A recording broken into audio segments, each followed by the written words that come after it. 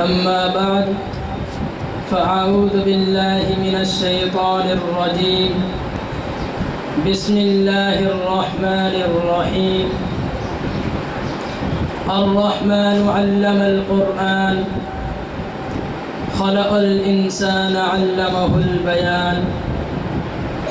صدق اللہ العظیم۔ میرے معزز سامعین،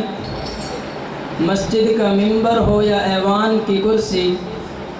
اپنے حق کا مطالبہ ہو یا کالے بل جیسے منکر کے خلاف احتجاج،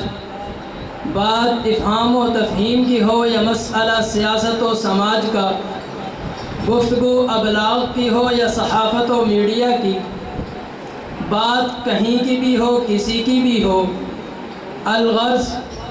مشرق سے لے کر مغرب تک، شمال سے لے کر جنوب تک، زمین سے لے کر آسمان تک اللہ کا نام پہنچانا ہماری ذمہ داری ہے۔ دین کی تبلیغ، اسلام کی ترجمانی ہمارا مشن ہے، اور اس مشن کی تکمیل اور احیاء علم دین کے لیے سب سے مؤثر ذریعہ زبان و بیان کا ہے، اور یہ ہر داعی و مبلغ، ہر مترجم و معلم، عالم و طالب کی جان شان ہے۔ بھائیو، نبی داعی تھے، ہم بھی داعی ہیں، نبی مبلغ تھے، ہم بھی مبلغ ہیں۔ اس حیثیت سے ہمارا ہر فرد داعی، مبلغ و مترجم، مقرر و خطیب اور ناصح ہے۔ جب یہ وراثت ہمارے ذمہ ہے تو ہم اپنے اندر وہ اہلیت و صلاحیت پیدا کریں جس سے ان ذمہ داریوں کا حق ادا ہو۔ جس طرح حضرات صحابہ اکرام رضوان اللہ تعالی علیہم اجمعین میں سے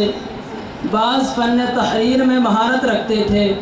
اور بعض کو فن خطابت میں ید طولہ حاصل تھا، حضرت سیدنا حسان بن ثابت رضی اللہ تعالی عنہ جیسے جلیل القدر صحابہ اکرام نے نبی کریم صلی اللہ علیہ وسلم کی مدحت نعت گوئی کے انداز میں فرمائی۔ اسی طرح جامعہ سیدنا حسین بن علی رضی اللہ تعالی عنہ میں فن تحریر، فن تقریر، فن خطاطی، فن قرات اور فن نعت گوئی پر خصوصی توجہ دی جاتی ہے، اور صحابہ اکرام کے نقش قدم پر چلنے کی پوری کوشش کی جاتی ہے۔ آج طلباء اکرام آپ حضرات کے سامنے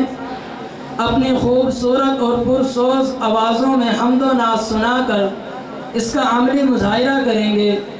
آپ حضرات سے گزارش ہے کہ پوری توجہ اور انہماک کے ساتھ کلام سن کر اللہ تعالی اور اس کے حبیب حضرت محمد صلی اللہ علیہ وسلم اور صحابہ کرام کی محبت سے اپنے دلوں کو نور ایمانی سے منور فرمائیں۔